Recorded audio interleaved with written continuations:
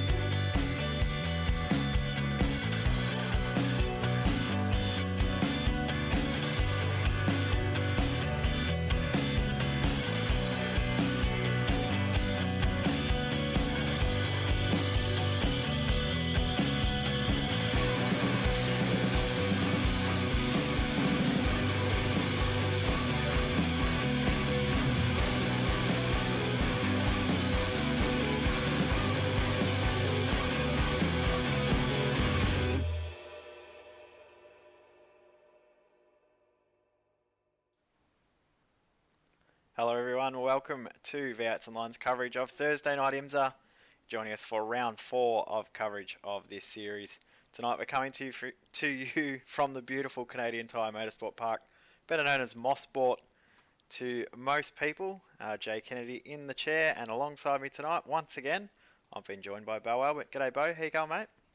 Hello everyone, stoked to be back in the commentary booth for this one. I mean, come on, how could you not be? How this series has panned out in the opening 3 rounds, it's more like an action thriller movie rather than a sports car championship. Qualifying is just wrapping up now, and judging by the grid, we've got a spectacular race coming up. Yeah, it's going to be fantastic. The times, we were just talking before we went live, there's about 7/10 of a second separating the slowest car in DP class and the fastest car in GTE, and half a second separating the slowest car in GTE and the fastest car in GT3. So we will see a bunched field. We're going to see classes all sorts of mixed up. We're going to see battles of guys trying to get their way through from the lead battles. We're going to see lots of overtaking tonight. I'm really looking forward to this one. We know that in the past, Motorsport's never disappointed in any series we've watched, and tonight will definitely be no different. Yeah, we'll be seeing lots of overtaking, but we'll be seeing some of the most interesting overtaking we've ever had in this series, because like you said, the pace difference between classes is not much. So if drivers are going to want to get past slower classes in today's race, they're going to have to get very creative, because there's not much of a speed differential down the main straight, which is the biggest passing opportunity, but there's not much difference in overall lap time either. So these drivers, they're going to have their thinking caps on tonight. So the cars are getting ready to grid up now. We'll quickly run through the starting grid. Lewis Gallon will start this race from pole position. Carlo Liberati will start in second. Clint Smith in third. Samuel Dakey in fourth. We've got Wayne Hewitt in fifth position. Heath Brennan sixth. Sebastian Murray Westberg in seventh. Blake Haswell in eighth. James Evans ninth. Thomas Hinds in 10th. Oliver Fullerton in 11th position. Warren Pickering in 12th. Grant Hines in 13th position. Blake Neck 14th. 15th will be Benjamin Smith, and 16th and the last car on the grid in the DP class is Ben Twidale. in your GTEs, leading the field away on the opening lap will be Emmanuel Petri, who has put in a fantastic lap. He is joined on the front row grid by the very, very experienced Joshua K. Rogers. Elliot Biddle going for 3 in a row comes up behind those guys in third. Damien McPhee, new signing for TTL. David J. Lord comes in fifth. Darren Marsh via Ritchie's. Ryan O'Sullivan goes out to P8. Don Peisnick will be in P9. Andrew Welter P10. Lewis Goodway 11th. 6th row of the grid will be finished off by Adam Tierney. In 13th, we have Jose Ramon Buella. In the last qualifying GTE will be Hakon Grebstad. And not qualifying in GTE will be Tim Weston. Yeah, then leading the way in the GT3 field, we'll have Luca Fioravanti. I'm sure I've got that wrong. Ross Rizzo in P2, who's been the biggest improver in this series from the start up till now. One to watch tonight for sure. Carl Raper in 33rd position overall, 3rd in class. Michael Kirkham next. Then Darryl Carter, Sean Thompson. And then rounding out the field will be Mirko Dutnak, Corey Ott, and then Matthew Peetle, who is the only car driving in the Audi. Then we've got Tim Weston, rear of grid, the only car to not put in a lap in the Ferrari. Yep, bit of a shame, and he's made it quite hard on himself because he's got plenty of cars to overtake the hard way in this race. But he's got plenty of time to think about that as the cars get ready for their very, very slow pace lap around this amazing circuit with lots of elevation, high-speed corners. This circuit has it all, and I can't wait to get this one underway. Predictometer, which Reese and I have coined over the last few days, predicting that we'll have a 39-lap race tonight. Of course, 45 minutes for this race around this amazing 3.9 kilometre circuit. Track conditions, not too bad. It's not overly hot. It is fairly warm, but it's not as hot as we've seen in other races. See, the guys in the DP class will be hoping that they get a bit of a gap, because with that speed difference or lack of speed difference between the DP class and the GTE class, without the tyre warmers on the DPs, they want to make sure that there is a big gap with the big field of DP cars. We've got 16 in the DP class, 15 in GTE, and 9 in the GT3 class tonight. Yep, once again, GT3 unfortunately does have the lowest numbers, but that means nothing. We saw that race from those guys at Sonoma was absolutely fantastic. So whatever class you've got here at Motorsport Park, you've got plenty of action coming your way. And lots of interesting new drivers we haven't seen for a while, such as Joshua Rogers in GTE class. We haven't seen him since round 1. So a few new guys in this series, as well as Blake Neck, who of course is fresh off that championship in the RPR series, winning that very narrowly. But a lot of new faces, new talent. Let's see how this goes in that brand new round of this fantastic IMSA Sports Car Championship.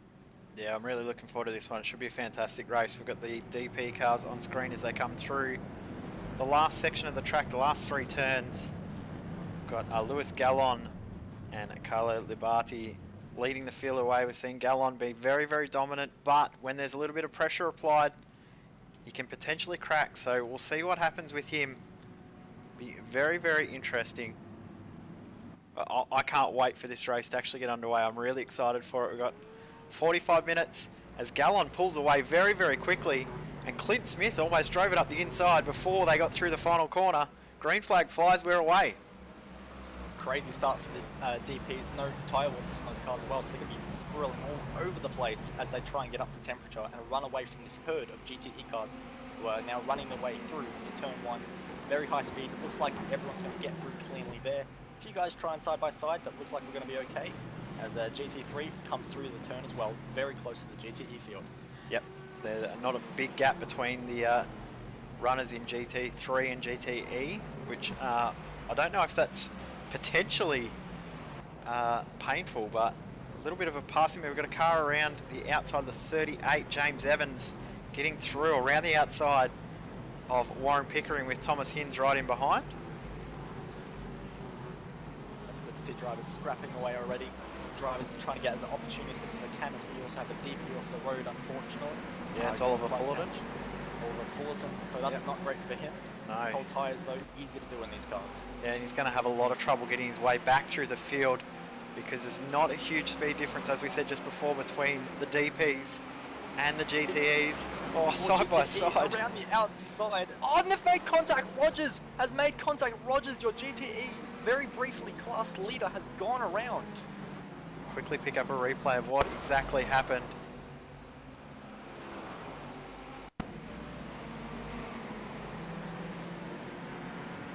So coming down the Andretti straight. This is probably going to be one of the few passing opportunities for the different classes when they come up through traffic. Side by side with Emmanuel. And it was actually all netcode. There was a fair bit of room between those two cars, but netcode contact unfortunately has put an end to Josh Rogers' battle. He's now battling his way back through the GT3 cars. He's just coming past the leader in GT3, who is very closely behind, closely followed by Ross Rizzo. So first and second in GT3 is a tight tussle at the moment. Have a look at that pack behind though. Yeah, it might get a little bit closer as Josh Rogers muscles his way past Luca there. So Ross Rizzo now just gaining a little bit more time there on Luca, and like we said at Watkins Glen, I think it was, Ross Rizzo has been an absolute standout performer in GT3 class so far. Doing very, very well for what we would normally expect of him. So he's definitely hooked into that Mercedes very, very well. Luca's going to have a fight on his hands if he's going to keep him behind for the next distance of the race. He's definitely been really consistent, Ross Rizzo, so we'll keep one eye on him throughout this race. At the front of the DP class, Lewis Gallen's pulled away about a second from Lombardi, but have a look at the gap for the front three in the GT, or the front two I should say, in the GTE class. They've got the last car in the main pack, Benjamin Smith, just ahead, who's lapping around about the same pace. Yeah, there's not going to be any easy positions forward around this track, so it's going to be very difficult to get past anyone, especially if you're at the same pace, because there's not too many opportunities around the circuit, so he's going to have to work pretty hard if he's going to find a way around. Thierry is going to have to fight with that car behind of McPhee.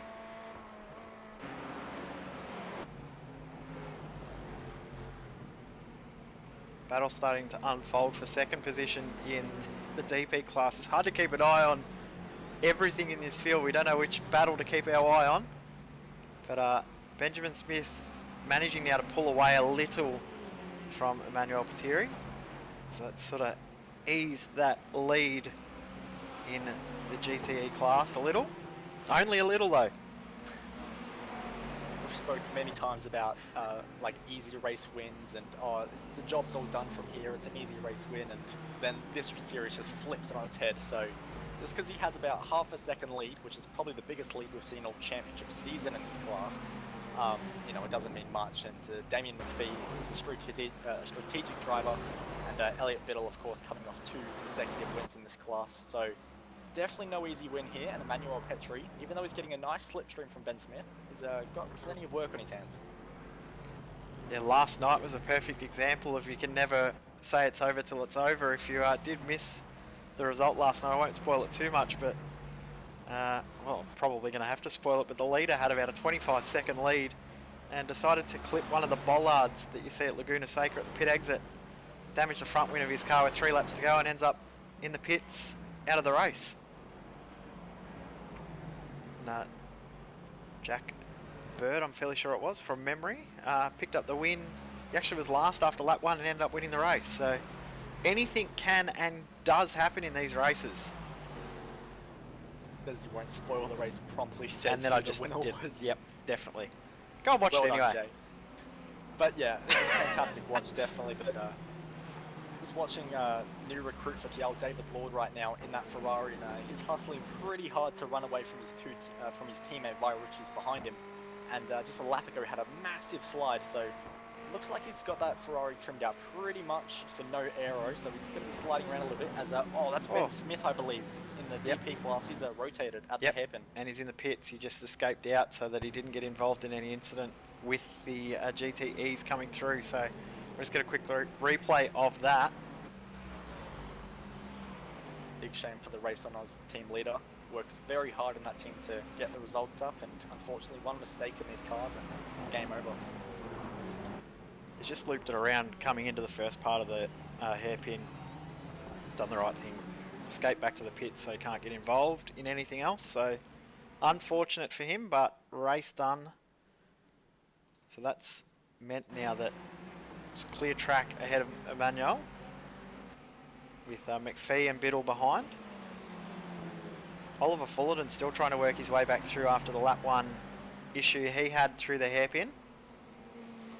He's actually lapping at about the same pace as the cars around him, so he's going to struggle to get through this field.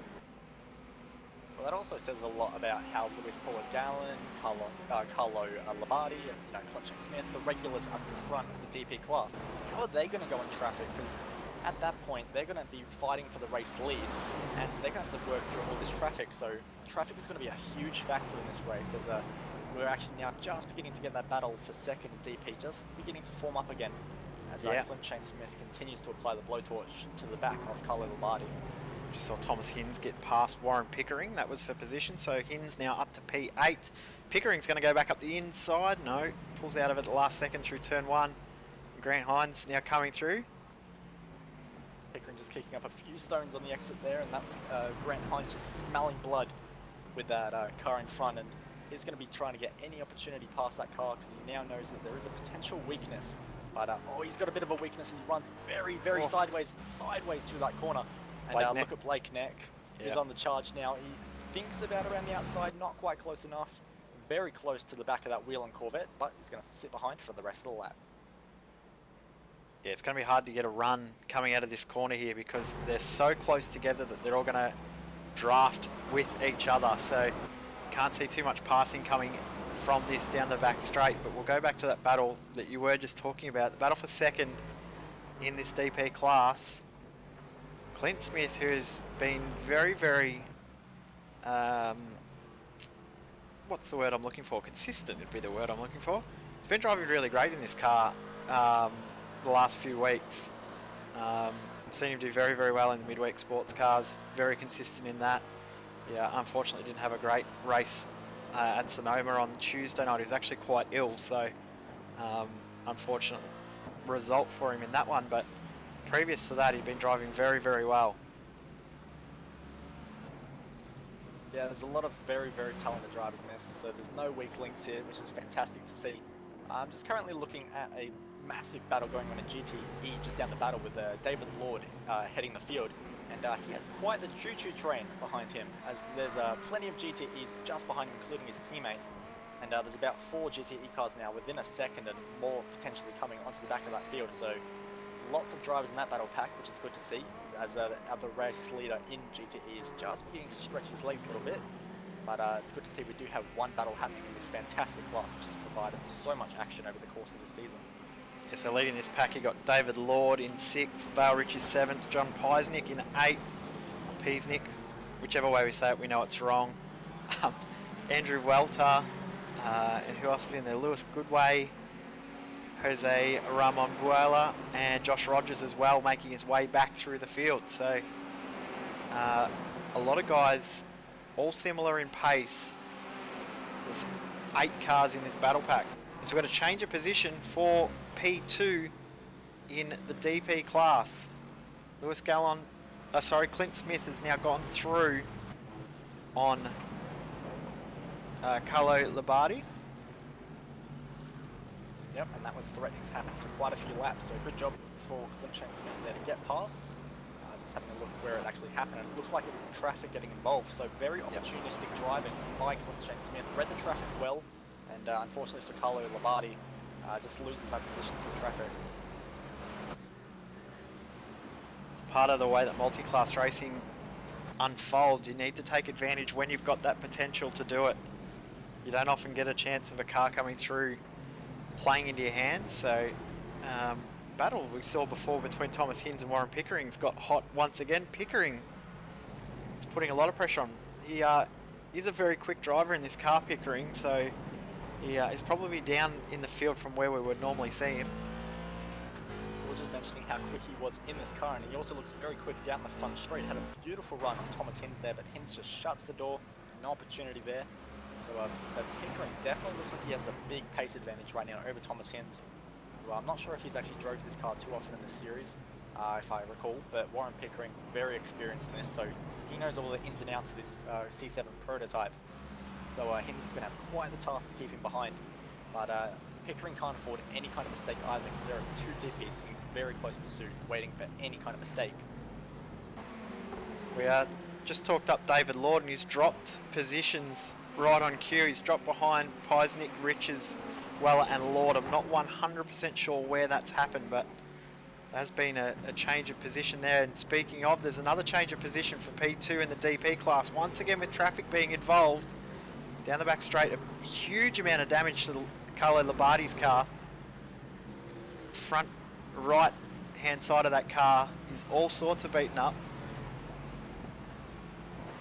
These Corvettes are pretty aero sensitive, so any little knock to these cars, you can definitely feel it. And right now, Labardi has quite the knock to his car, but manages to work the traffic quite well, getting past those two Mercedes. So he's actually opened that gap out to Colin Smith ever so slightly, but he's going to need all of that gap, because with that damage, he's going to be feeling a lot of understeer, especially through left-hand corners. Sam Dakey's actually closed up on Smith while they've gone through that traffic, so it's definitely played into Labardi's hands where they got past that car, because obviously, as you saw, Smith was stuck on the outside. He couldn't get through, and he's out on the outside again, and Labardi's got draft, so he's going to pull away once again, and Sam Dakey is right there. Dakey's actually got a great run. Not quite able to do it, I don't think.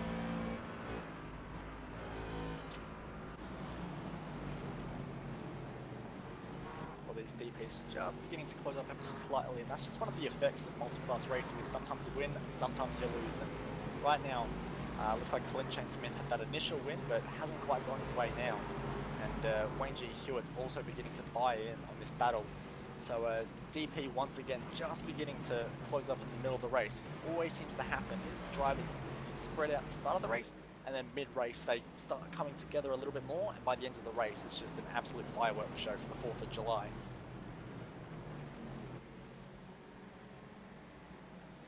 Gaps in the GT3 class are all fairly spread, so not a huge amount to talk about there. Luca leading from Ross Rizzo about 3 seconds. 2.5 seconds further back, you've got Michael Kirkham. The whole of the GT3 field has been passed by our race leader, Lewis Gallon, as he now starts to hunt down the back markers in GTE. And on screen, Clint Smith now starting to pull away from Sam Dakey. But just behind them, we've got Wayne Hewitt, and then just behind him is Sebastian Murray Westberg and Blake Haswell. These guys have been really close. This is probably the furthest they've been apart for the last 3 or 4 laps, and right on cue, Haswell's now closed back up once again. Yep, it's just one of those beautiful accordion effects. That's a big moment! Huge crash. Sebastian Murray Westberg. Massive damage, and it's gone worse. Another contact. Oh, and across the track. I'm not sure there's who that another was. Corvette in the fence in the background. Yeah, it was Ben Twidale. Twidale. They're all in the fence. We're going to replay of that. You just saw Sebastian Murray Westberg just clipped the inside curb, unsettled the car. He then drifted wide, got the right-hand rear wheel onto the dirt, and the GT3 car, I'm not 100% sure who that was. That was Sean Thompson, so unfortunately that was #Sean's fault. Not Sean. But we all love you, Sean.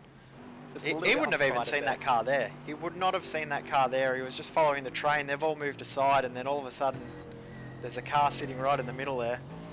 On board replay now is Sean coming around the corner. Nothing there, nothing there. Oh, there's a car. Whoops. He actually did a good job. Oh, he made a little bit of contact with a DP that was coming through. And then, as we saw as well, Ben Twidale was spun through the last corner as well. We'll get a replay of what happened to him. It's just one of those unfortunate chain of reaction effects where one car, darts to the right to get out of the accident, and then another just behind it can't see it, and then he goes. The second crash there between, it was Corey Ott with Ben Twidale. The same thing happened there. Ott just clipped the curb on the inside of the final corner, and it slingshot him wide and into the other car. So, wow, it all happened in one lap. Yep, that's just what IMSA does. It looks like it's just beginning to settle down a little bit, and then bam, it hits you in the face and throws all this action at you. It's just one of the reasons we love this series. And as we speak, the 33 of Corey Ott, who of course won top split last week out of Sonoma, sorry for the spoilers, has just put it in the wall. So yes, that's 2 laps in a row. 2 laps in a row for Ott getting into trouble. When it's not your night, it's not your night. So unlucky for him. The gap, second, third, once again in in DP is on again. And traffic has just helped once more for Clint Smith to catch back up. As he said before, you win some, you lose some, but Smith's definitely been a winner there. Yeah, you saw like through the traffic there that that one little bit of traffic for Carlo Labate and the closing distance between Clint and him was just so dramatic. It was like they're in a different class than each other. So massive gains by Clint there in that one piece of traffic. So he's now going to have to slipstream as they head up this long straight towards the terrifyingly quick turn A. But he's just going to keep that pressure on Carlo and see if he can make any more advantage through traffic in the next lap. Almost at half race distance. He's going to have to go around the outside. Thought about it. Probably a good idea to get out of that. And we just see a little bit of internet issues for Carlo right through the middle of that corner.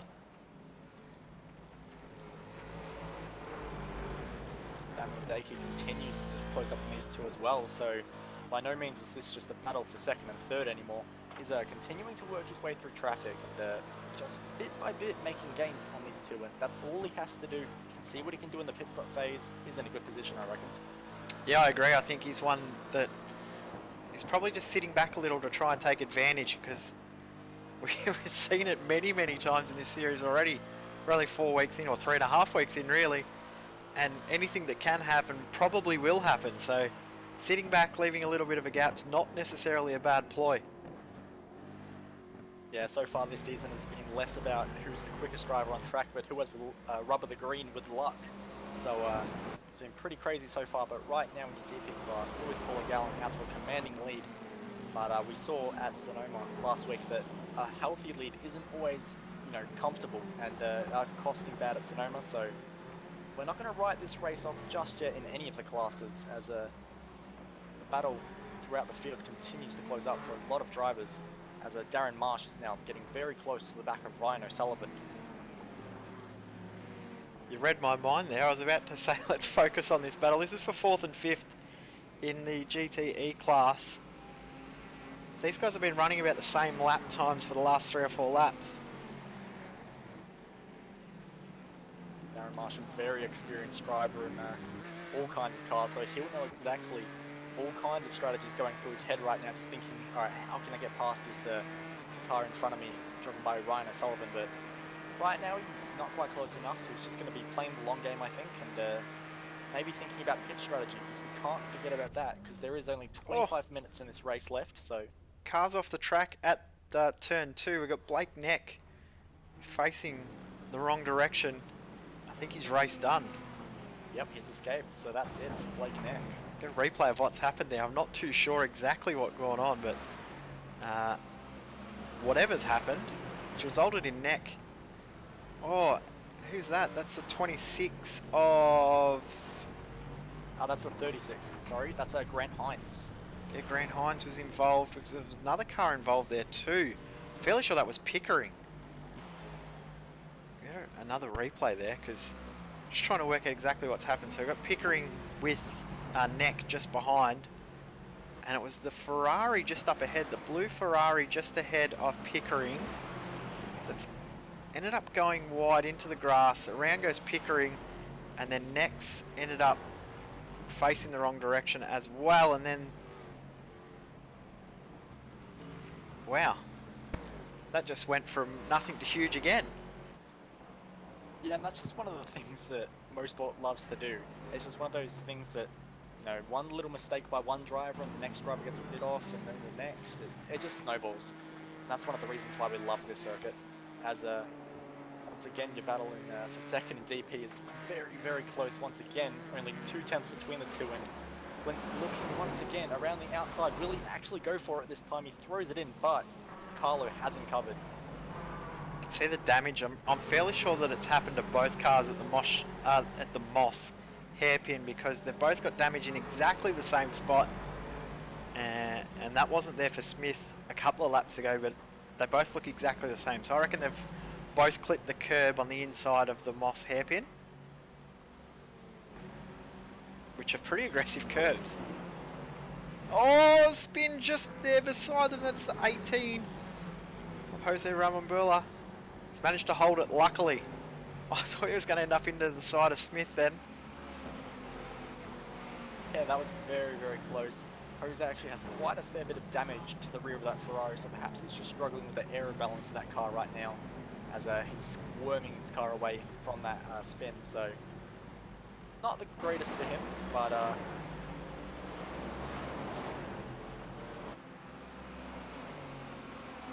sorry, mic issues.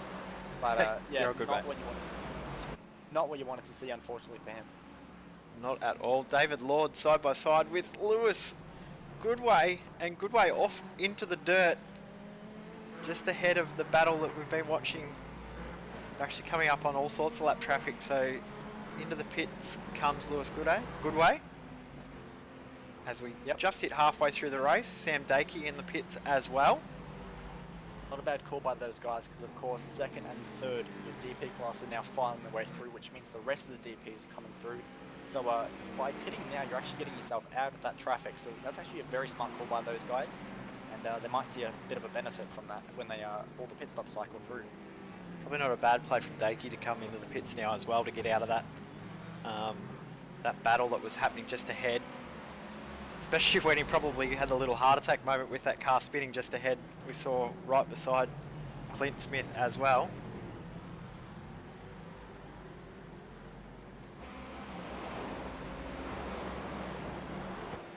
Just looking like things are just beginning to settle down as drivers begin to sort their strategies out, which is a compulsory pit stop for all classes, we believe. We've seen in previous races that the DPs like to leave things pretty late, so we'll expect them in maybe the last 15 minutes of this race, as we actually only have 20 minutes left to go. It's flown by once again. Sure has. It's been great.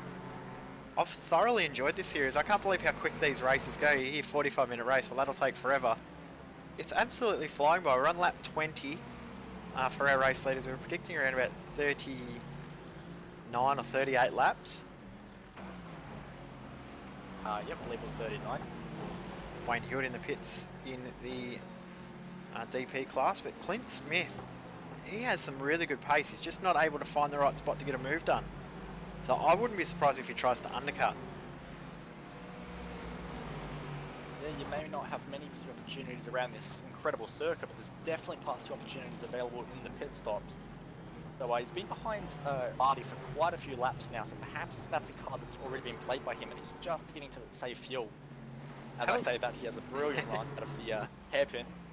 Is he going to think about it this time? If he stays in the draft of Labardi, that might mean he's fuel saving. Well, there's your answer.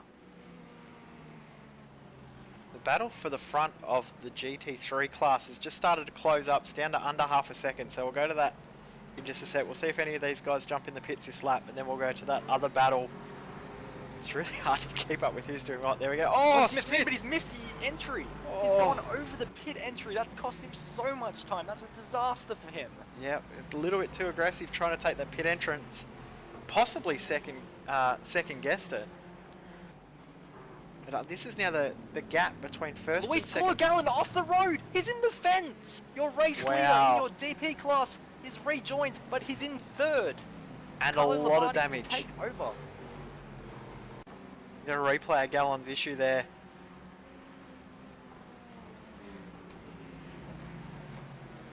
We've seen that a lot from Gallon, unfortunately, this season. He's incredibly strong at the start of the stint, but during the middle and end of the phase of the race, he just begins to fall off a little bit. So it's way too deep as he was coming past a lapped car and bouncing it off the fence. As he said, he's dropped into third position, but how bad is that car? The battle at the front of the GT3 class has ended because Ross Rizzo is in the pits from second. We step into 18 minutes to go in this race. It'll be interesting to see then if Luca Fioravanti actually responds to that and dives into the pits on this lap. You'd have to think so, because there wasn't too much of a gap separating those two. Have a look at the trainer cars coming down pit lane. You've got Labardi, Smith, Gallon, with Sean Thompson in the middle of those guys. Thompson's going to have to cut in front. Oh, and almost chopped the front. Oh, and Gallon's actually gone through his pit box as well. So Thomas Hins now leads the class. Smith's away, and Smith's going to take the effective race lead. Quicker stop, and away he goes. And actually, Sam Dakey's cleared the ball. So our effective race leader is Samuel Dakey. Samuel Dakey from out of nowhere. That's a fantastic play. We said it before that he dove out of the traffic pretty early to try and get some clear track, and that's the effect of it. Now he holds the effective race lead as everyone else hits like after going all the way through traffic. So he's made huge gains, and he's only got to hold this race lead for 17 more minutes. Easier said than done, but he's in a fantastic position. Clint Smith now, he is going to want to get this move done. Here he comes. Now, I don't know if Dakey... Oh! I thought Dakey was going to chop him off right at the last second there. He's not going to defend as hard as we would expect. He's going to... Although, he's going to hold it around the outside. And there's a GT3 just ahead as well. It's going to... Smith's cleared in, but he's been held up by traffic. Oh, and contact too! Off the track goes the GT3 car. Dakey goes back in a single file, but that was very aggressive from Clint Smith. He is very eager to get into this race lead and run away with it, but he's got a little bit of damage to the rear of his car now, so has that cost him? Carlo Labardi's right there now too.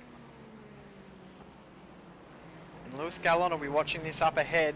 He'll be liking that there's a battle going on, because he's closing up very, very quickly. He's already gained a second. Flash of the lights from Labardi to let Dakey and Smith know that he's there. But as we would expect in this IMSA series, out of nowhere this race just explodes, and look what we have, a three-way fight in your DP class for the lead of the race. This is incredible stuff, and like we said, with only 16 minutes left, there's plenty of time for these guys to fight it out. As look at Dakey, he thinks about the inside. Is he going to be brave? Yes, he is. Throws out the inside. Oh, almost contact. Smith pulls out of it. He's going to slide in behind. Now he's got to defend. Oh, and almost up the inside comes Labardi. We've got around about 14 laps left in this race. 16 minutes to go. What a battle. This is incredible. They're all playing very risky through traffic as well. We saw Samuel Dakey throw it down the inside of that Ferrari there into the first turn. So none of them are playing safe anymore. This is all out. Everything you've got. Only a few more minutes left in this race. But right now, Clint Smith, it looks in a bit of strife now. We saw he looked very, very strong, damaged his car, and now he's lost that position to Dakey, and he's not making rapid gains like we saw on the previous lap. This traffic just ahead will be helpful though. Look at the run he's got. Totally different line through Moss. He doesn't know which way to go though. Is he going to try and take the double draft? Dakey tries to come back across to get more draft again. Leaves Smith out to dry. You'd be a little bit scared in that GT3 class with all this going on. What a fantastic battle these guys have had. Apologies to all the other classes. We haven't been able to give you too much coverage, but when the action's been this hot, it's a bit hard to.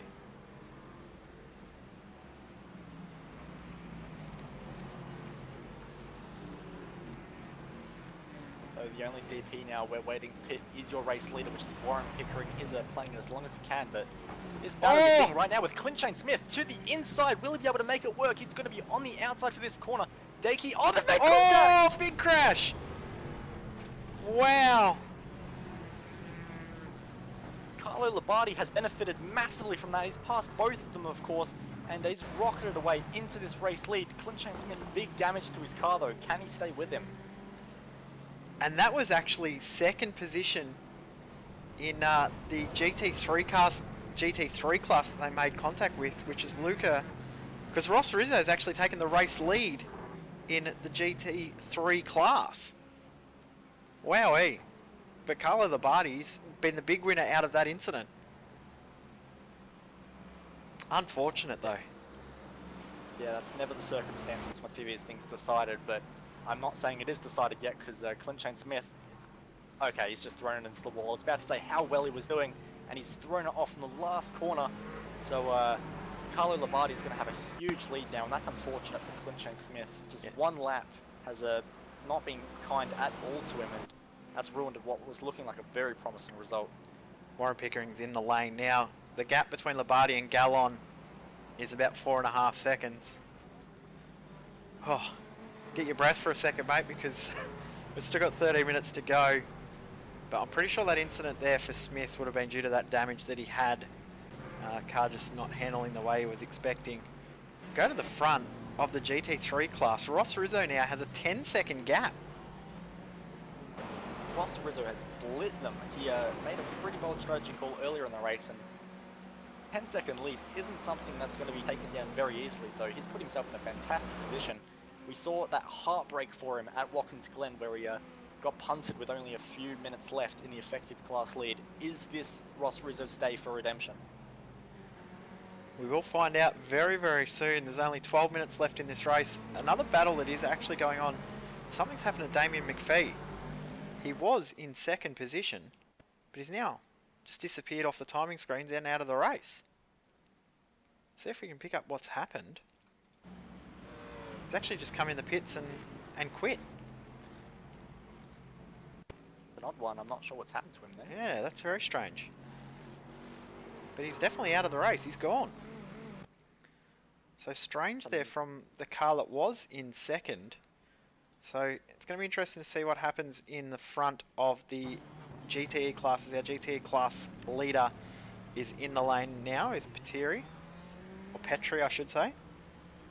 And Elliot Biddle, next car in the class, is just coming down the back straight now. These guys will actually come out around about side by side, I reckon. Petri's just left his pit box there, so it might be a little bit of a gap. Not quite enough for Elliot Biddle, but that's a very valiant effort from Biddle. He was falling back a little bit at the first phase of the race, but he's clawed a lot of that back. He has clawed a lot back. Sadly, just not quite enough to get to Emanuele, but with 11 minutes left to go in this race, he can't write anyone off. The way that the traffic's played into their hands, and have a look at actually the front of DP. It's now 1.3 seconds. How did that happen? That's a massive gain for Luis Paulo Gallon. That was a massive gain. I think that was about 3 seconds in that last lap. So Gallon, you know, he had that issue at the start of the race. He just puts 2 wheels in the grass, pushing very, very hard. He had that issue in the middle phase of this race, but he's pushing hard to make amends for it right now. 16.2 last lap for Labardi versus a 12.8 for Gallon. Just on cue, Gallon's dropped a little. He's stuck behind another car. He also had that issue at turn 2, so a bit of a scruffy lap from Gallon, but plenty of time left for him to make it back as Lakeneck has a bit of an issue in the background there. But right now, Gallon, he's got the, you can see the car in front of him, so he's motivated to keep on pushing, and we saw with that electric opening stint he did at the start of the race that the pace is there, it's just does he have the time? Thomas Hinz and Warren Pickering still going on as well. That battle's been on all race. Ryan O'Sullivan and John Peisnick is a very interesting battle as well. Peisnick probably a little bit back in the field from where we would expect. Very, very accomplished driver. So he just lets the overall race leader through in Labardi. Yeah, there's quite a few drivers that we would expect to be very, very high up the order that have just looked to have struggled a little bit. And that's one of those awesome things about this circuit as well, is that it doesn't actually suit everyone, and some drivers get it a little bit easier than others. And we've got Ryan O'Sullivan's O'Sullivan off the course. Off the road. So that's actually for the podium as well. So yeah. John Peisnick is left into the podium, and that's unfortunate for Ryan O'Sullivan there, who's doing a fantastic job. Josh Rogers is closing up on him rather quickly as well, so not over for that battle as well. So Rogers right in the middle of a couple of DP cars. You've got just ahead of him is Blake Neck, who's working his way back through the field. Just behind him is Wayne Hewitt, or just passing him now is Wayne Hewitt, who is now in third in class. So a good drive from Wayne Hewitt. Just kept it out of trouble. And 45-minute race, that's all you need to do. Just keep your nose clean and good things will come to you. And he's done an awesome job at that today, and he's reaping the rewards right now with a podium in the overall class. Heath Brennan's off the track, facing the wrong direction at the Moss Hairpin. Try and pick out what's happened to him. I saw there was another car there off with him. Try and work out exactly what's happened. It may have been... Not sure. I'm not going to say who it was. I'm not too sure. Maybe in the 28 car, potentially. We've got the replay on screen now. A race like this, I think it's more about which car hasn't put a wheel off the road rather than who has. It's been very hectic tonight. Yeah, the 28 car was the car involved there, which was Carl Rapper. Go back to Hinz and Pickering, because that's been an awesome battle. They're separated by 1/4 of a second once more, and they're coming up to lap traffic. Continue to keep an eye on Hinz and Pickering, but just an update on Labardi and Gallon. There was 9/10 in Gallon's favour on that last lap. Gap is back down to 1.5 seconds, so another fight brewing in DP class. But right now the show is all on Hinz and Pickering as they get ready for this exciting turn 8. 7.5 minutes left in this race, not long to go.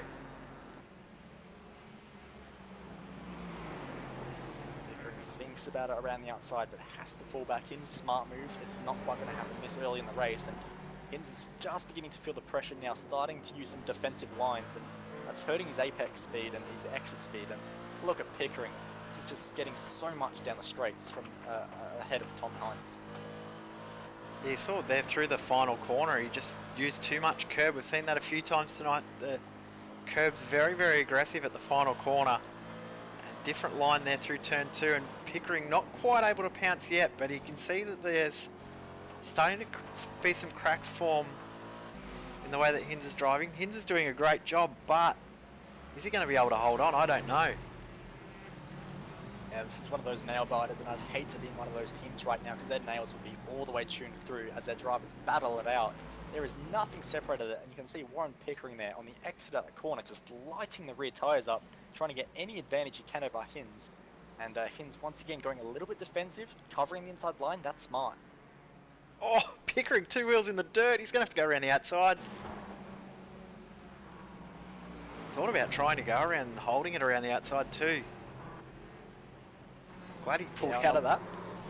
A lot of these laps. Crash just up ahead though. These guys are going to watch out. I think that's Ryan O'Sullivan facing the wrong direction. Try and pick up a replay of what's happened. I heard it happening and I saw the purple car, so I knew that it was O'Sullivan, but I didn't see exactly what happened. David Lord also off the track at the moment. And big damage to both of those Ferraris too, so very unfortunate for both of them. Oh, it was Wayne Hewitt by the looks of it. Hewitt clipped the curb at the final corner, checked up a little bit, and O'Sullivan had a great run, but had nowhere to go, and he's into the back. And then, as I'm fairly sure it was Josh Rogers was coming through, he's made contact. And David Lord, we said, was off the track as well. We'll see if we can pick up a replay of what happened with him. A bit looks too much like rear brake to yeah. turn 8, and he's just rotated the car, unfortunately. Yeah, very easy one to do. Wowee. 5 minutes to go. And what that incident for Hewitt and Sullivan has actually done is brought Hewitt back into the foreground of Hinz and Pickering. And you know, is there any damage on Hewitt's car? Because that gap now between him and Hinz is about half a second, and as he struggles to get past that Ferrari of, I believe that's Joshua Rogers, it's only going to get smaller. Yeah, Rogers is actually going to try and hold that position there, because Rogers is trying to hunt down John Peisnick for the final position on the GTE podium.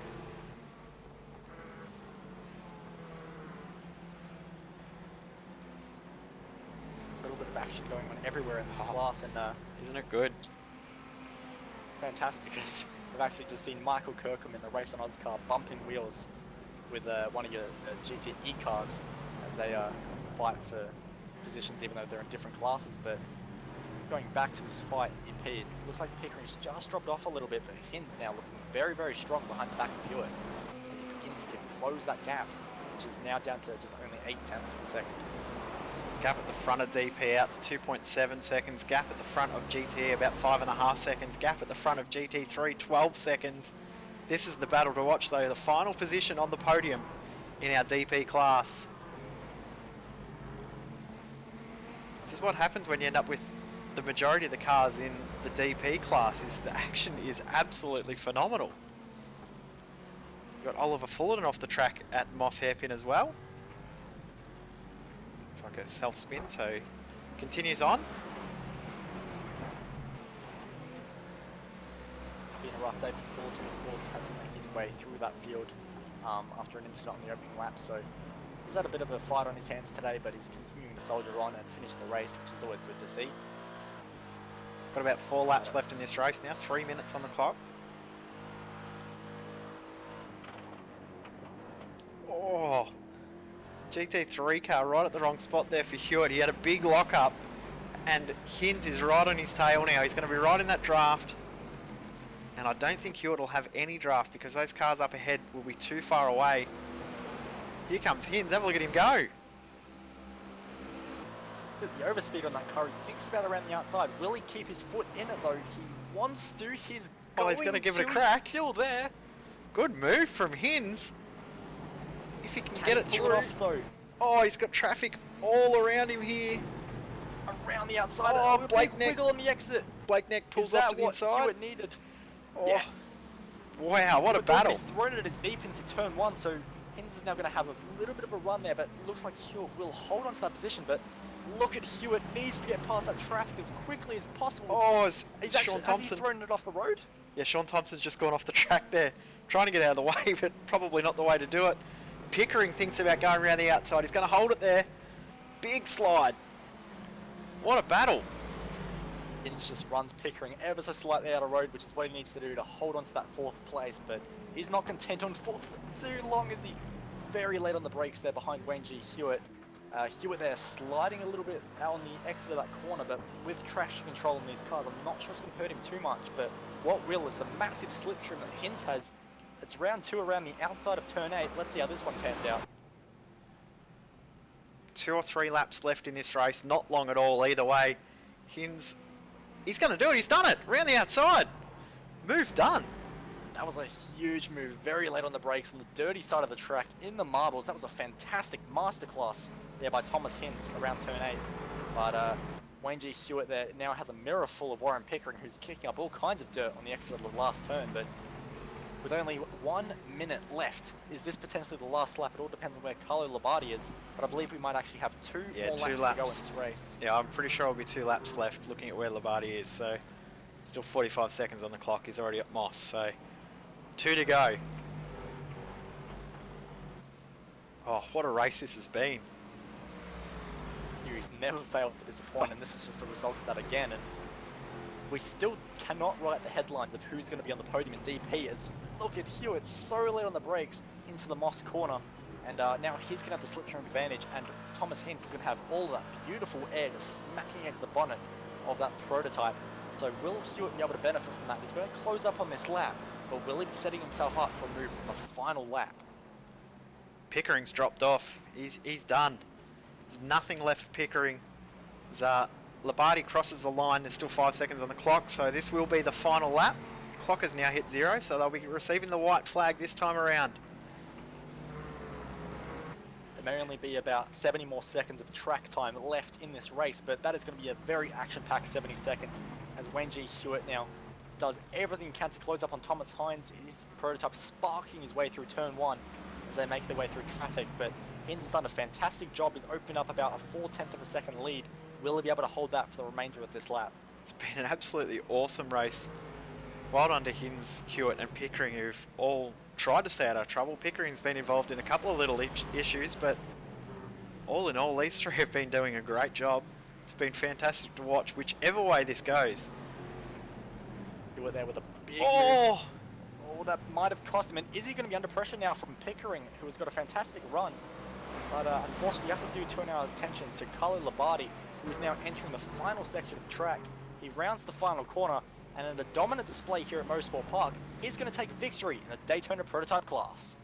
Yeah, great drive from him. Right behind him, Manuel Petri will cross the line to win the GTE class. Ross Rizzo still halfway through the lap. Thomas Hinds has managed to hold on for third position. Hewitt and Pickering drag across the line. Hewitt just holds on. And when I say just, it was a tenth of a second. A great drive in GT3 from Ross Rizzo. You know, we say this all the time, you know you've had a great race when you get no TV time and win. He's currently got a 15-second lead in class. He has driven a fantastic drive. Unfortunate for Lucha getting involved in that issue we saw with Sam Dakey earlier, but again, as we said before, stay out of trouble, keep it clean, and you can usually come home with a good result. Yeah, that's exactly what Ross Rizzo has done as he rounds the final corner to take victory in GT3 class at Motorsport Park. Fantastic job by him. Textbook display. Absolutely dominated the field. Fantastic race we've had tonight. Loving this schedule. It's going to be on again next week. We head to the Nürburgring, and then we've got Lime Rock. How good's Lime Rock going to be in these cars? I know the GTE cars do the lap in around about 49 seconds or less, so it's going to be action-packed come week 6 next week, as I said, Nürburgring. We've also got Spa coming up as well, Road America, Interlagos, Imola, VIR, and Montreal. So pretty cool schedule coming up for these guys in the next few weeks. But this race here at Motorsport has been absolutely amazing. Thoroughly enjoyed watching this one. Yeah, this series sometimes feels more like an action thriller rather than a racing series. And once again, it's delivered. What an amazing race. Definitely one for the all-time great races. And all these drivers who have completed this race in high position should be very, very proud. And for those that perhaps were a little bit off the pace today, you've done an amazing job to survive this race, because this has been a very chaotic one at Motorsport Park. For sure. Run through the results in the DP class. Carlo Labardi picks up the win, 5.3 seconds in the end over Lewis Gallon. Then we've got Thomas Hinds, who holds on for second. Third is Wayne Hewitt. Third is Hinds. Fourth is Hewitt. Fifth is Pickering. Then Grant Hines, Sam Dakey, Oliver Fullard, and then lap down was James Evans, Ben Twydale, Heath Brennan, Clint Smith, Blake Neck, Blake Haswell, Sebastian Murray Westberg, and Benjamin Smith, rounding out the field that we had in this class. We had 16 cars in that field. In your GTEs, Emmanuel Petri with a fantastic drive to dominate the field in GTE, wins by 5 seconds ahead of Elliot Biddle and John Piesneck, just rounding out the podium there. Josh Rogers did a fantastic recovery to come 4th ahead of Darren Marsh and Andrew Welter, who came in P6. David Lord, in his debut for TTL, comes home 7 with Jose Raman Buela, just 8 seconds behind him. Via Ritchie's Adam Tierney will round out the top 10, with Ryan O'Sullivan, Tim Weston, Lewis Goodway, Damien McPhee, and Hakon Grebstad all unfortunately failing to finish. Yeah, and then in our GT3 class, Ross Rizzo picks up the win. About 20 seconds in the end ahead of Michael Kirkham, then Luca Farinati, Carl Rapper, Daryl Carter, Sean Thompson, Miko Dutenak, Corey Ott, and Matthew Peetle. What a fantastic night of racing. Series just never fails to disappoint, does it? Another classic. What are we going to expect in round 5? Who knows? It's crazy. Now we have a couple of nights off, finally. I can have a bit of a break. But our next broadcast will be Sunday night. We've got Crow Cup Australia, which I know you're looking forward to, Bo, at Oran Park this week. Always looking forward to it. My headlights are ready to be flashing on the broadcast as usual. Looking forward to it. Can't wait to see the headlights flash on the starting grid as per normal. Then Monday night we are off for the official V8 Supercar Series. This week we head to Imola. And then Wednesday night we start the season proper for Formula Renault. I believe we're off to Okayama for that series. And next week, as we said, we're off to the Nürburgring here for Thursday night IMSA. But congratulations to all the winners tonight. Been a fantastic race. Bo, thank you once again for joining me. Always a pleasure. Another fantastic race. Can't wait for next time. We will see you next time. Next broadcast, as I said, will be Sunday night, 7 p.m. Australian Eastern Standard Time. We will see you next time here on V8 Online.